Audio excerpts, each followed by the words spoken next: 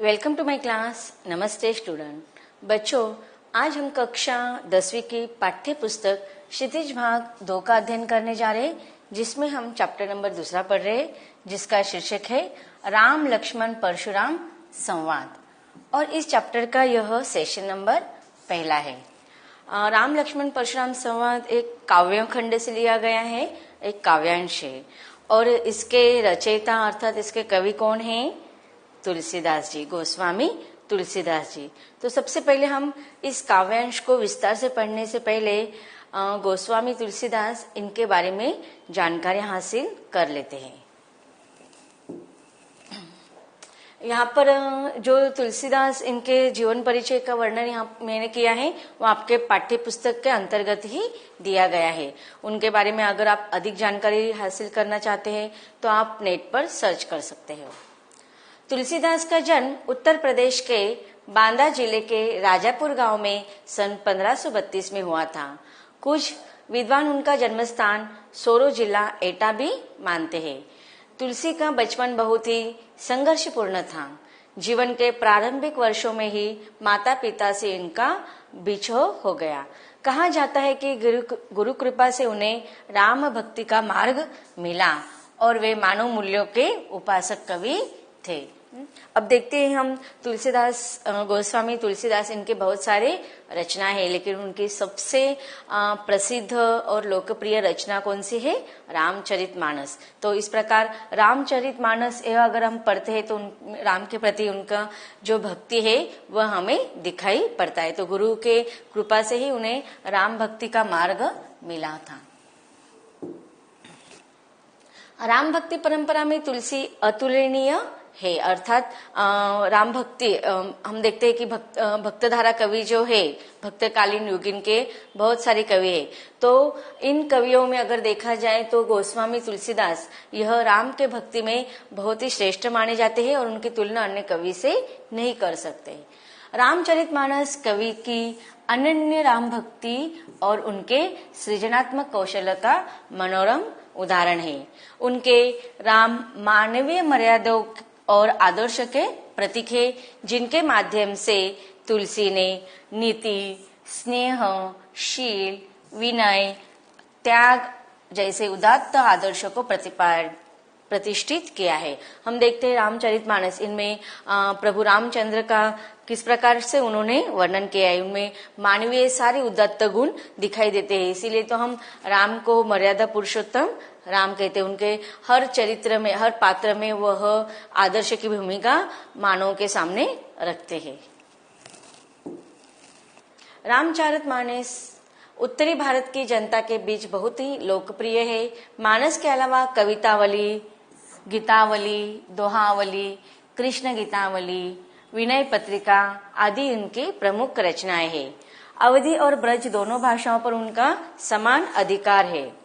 अब देखिए, उन्होंने जो रचनाएं लिखी है, चाहे वो रामचरितमानस हो या अन्य रचनाएं, उनमें अधिकतर उन्होंने अवधी और ब्रज भाषा में लिखे हैं। और रामचरितमानस में तो अवधी भाषा का प्रभुत्व दिखाई देता है।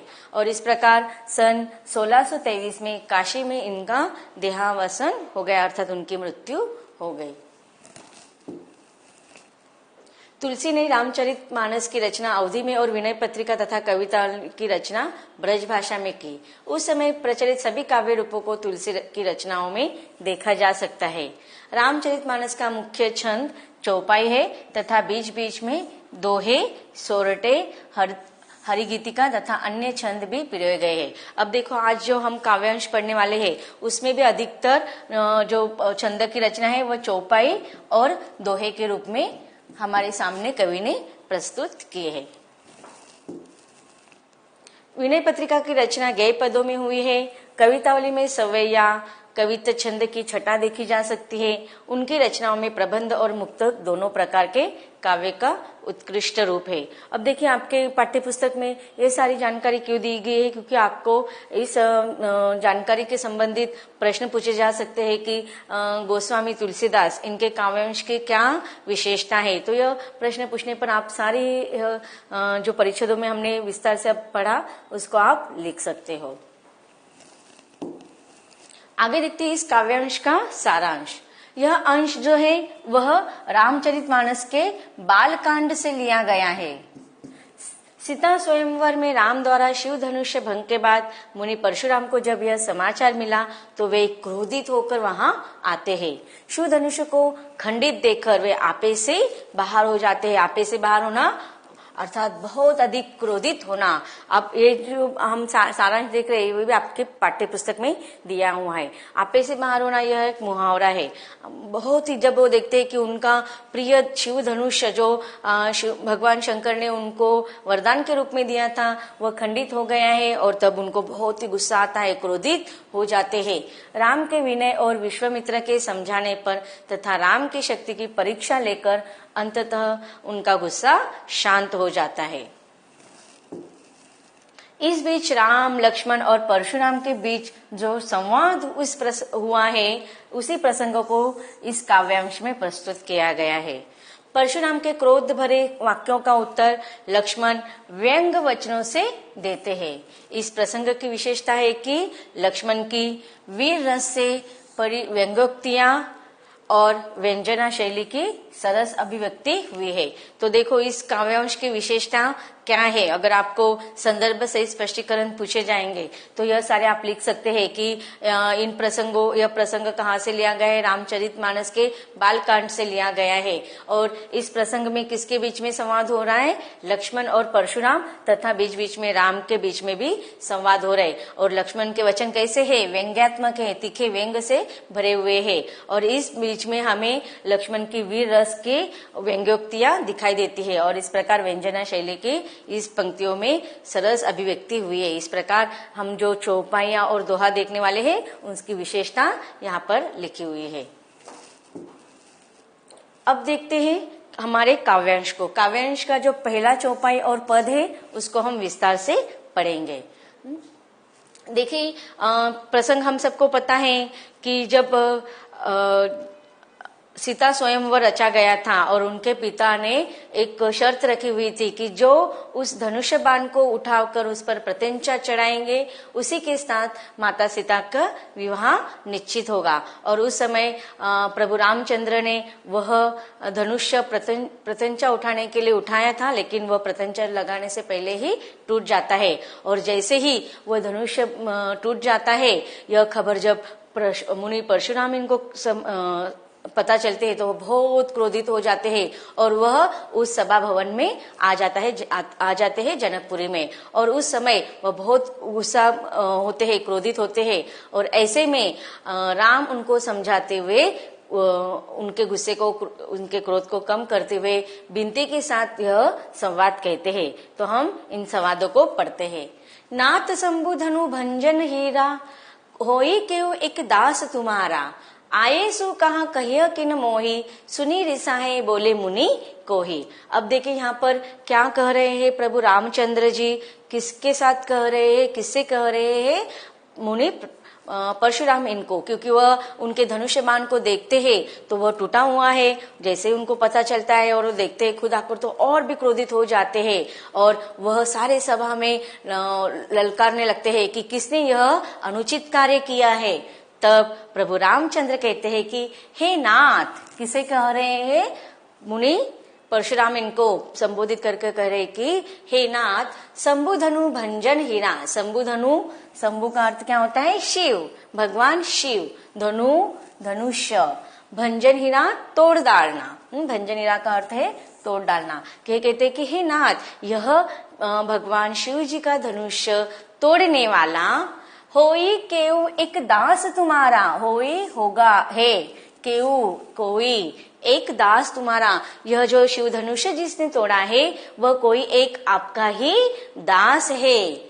आयसु कहा कहिए किन मोही, आयसु आज्ञा, कहा कहिए किन मोही, मोही मुझे, आप क्या कार्य करना चाहते हैं इसका मुझे आज्ञा दीजिए। सुनी रिसाए बोले मुनि कोई। सुनी रिसाई, रिसाई क्रोध से बोले मुनि कोई, अर्थात जब मुनि आए वहां पर और क्रोधित हो गए, गुस्सा हो गए, तो उनके क्रोध को शांत करने के लिए प्रभु रामचंद्र जी कहते हैं कि हे नाथ, यह शिव धनुष तोड़ने वाला कोई आपका ही एक दास है, आप आज्ञा कीजिए कि हमें आगे क्या करना है।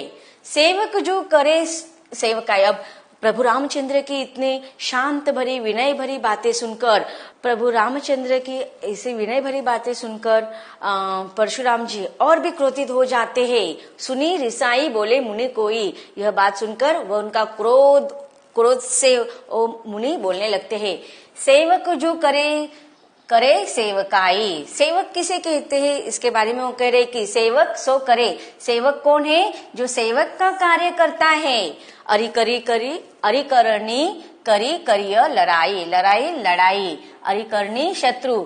अब अगर सेवक शत्रु के जैसे कार्य करता है तो वह लड़ाई करने योग्य होता है।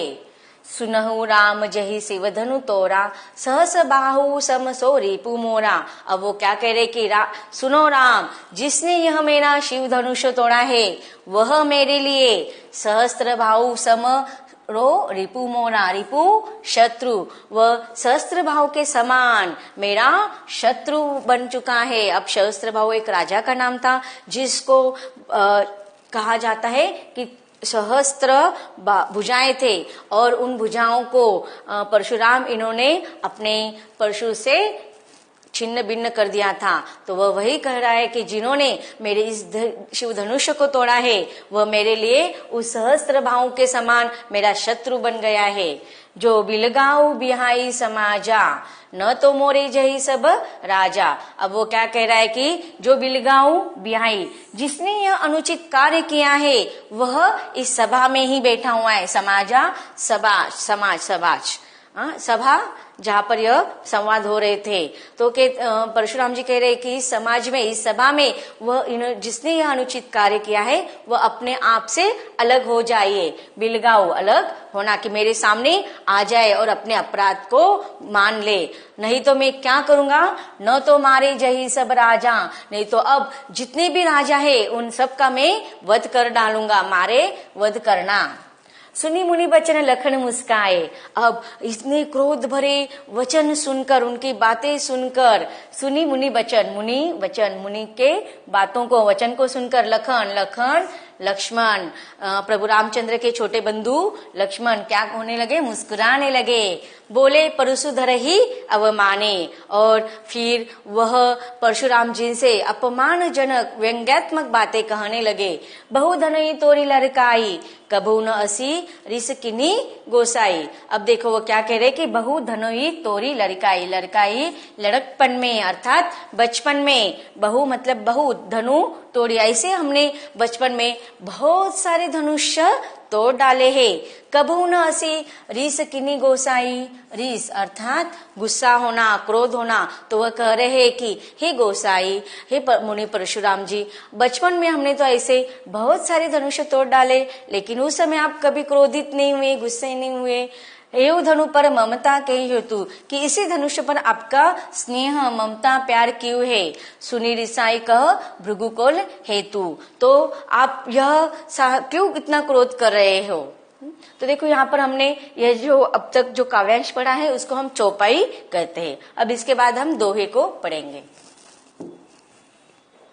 इस चौपाई के बाद दोहा दिया गया है। रे नृपमालक काल बस बोलत तो ही न संभार, दोनों ही सम त्रिपुरारी धुन विदित संकल संसार। अब देखो जब लक्ष्मण उनको व्यंग्यात्मक बातें कहने लगे परशुराम से, तो परशुराम आगे चलकर उनको कहते हैं कि रे नृपमालक, हे नृपमालक, हे नृप राजा के पुत्र, राजा के बालक, काल बस बोलो तो ही न संभार, तुम अपने आप को बोलने से संभालो, क्योंकि तुम्हारे ऊपर अब काल बस तुम नहीं बोल रहे, ये सारे बात कौन कर रहे हैं, काल के वश में आए हुए, तुम मौत तुम्हारे ऊपर अब मंडरा रही है, तुमने जो इतना दुस्साहस किया है। धनो ही सम सम त्रिपुरारी धनुन विदित सकल संसार। हाँ, कि यह जो धनुष के बारे में तुम बोल रहे हो वह सारे संसार में अन्य धनुष से अलग है, वह उसकी तुलना तुम सर्वसामान्य धनुष से मत करो। तो देखो यहाँ पर हमने दो चौपाई और दोहों को विस्तार से पढ़ लिया। अब इस काव्यांश में आए हुए कुछ कठिन शब्दों का अर्थ देखते हैं।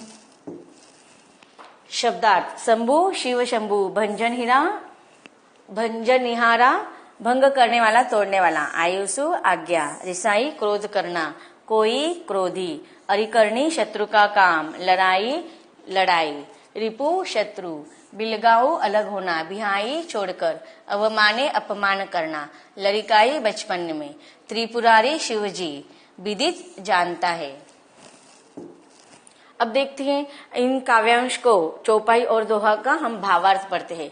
परशुराम के क्रोध को देखकर जब जनक के दरबार में सभी लोग भयभीत हो गए थे तो श्री राम ने आगे बढ़कर कहा, हे नाथ, भगवान शिव के धनुष्य को तोड़ने वाला आपका कोई एक दास ही होगा। आप बताइए कि क्या आज्ञा है, आप मुझसे क्यों नहीं कहते। राम के वचन सुनकर क्रोधित परशुराम बोले, सेवक वह कहलाता है जो सेवा का कार्य करता है। शत्रु का काम करके तो लड़ाई मोल ली जाती है। जिसने धनुष तोड़ा है वह मेरा सेवक नहीं बल्कि मेरा शत्रु है। हे राम, मेरी बात सुनो। जिसने भगवान शिव जी के इस धनुष को तोड़ा है वह सहस्त्र भाव के समान मेरा शत्रु है। वह इस समाज अर्थात इस सभा को छोड़कर तुरंत अलग हो जाए, नहीं तो यहाँ उपस्थित सभी राजा मारे जाएंगे। परशुराम के इन क्रोधपूर्ण वचनों को सुनकर लक्ष्मण जी मुस्कुराए और परशुराम पर व्यंग करते हुए बोले, हे गोसाई, बचपन में हमने तो ऐसे छोटे छोटे से बहुत से धनुष तोड़ डाले, किंतु आपने ऐसा क्रोध तो कभी नहीं किया। इसी धनुष पर आपकी इतनी ममता क्यों है। अब जो दोहा दिया था उसको, लक्ष्मण की व्यंग्य भरी बातें सुनकर परशुराम क्रोधित स्वर में बोले, अरे राजा के पुत्र, मृत्यु के वश में होने से तुझे यह भी होश नहीं कि तू क्या बोल रहा है। तू संभल कर बोल नहीं पा रहा है। समस्त विश्व में विख्यात भगवान शिव का यह धनुष क्या तुझे बचपन में तोड़े हुए धनुष के समान ही दिखाई देता है। तो बच्चों, इस परशुराम और लक्ष्मण के संवाद में हमने पहले काव्यांश को विस्तार से पढ़ लिया है। इसके अगले काव्यांश को भी हम विस्तार से पढ़ेंगे, लेकिन इसके अगले भाग में।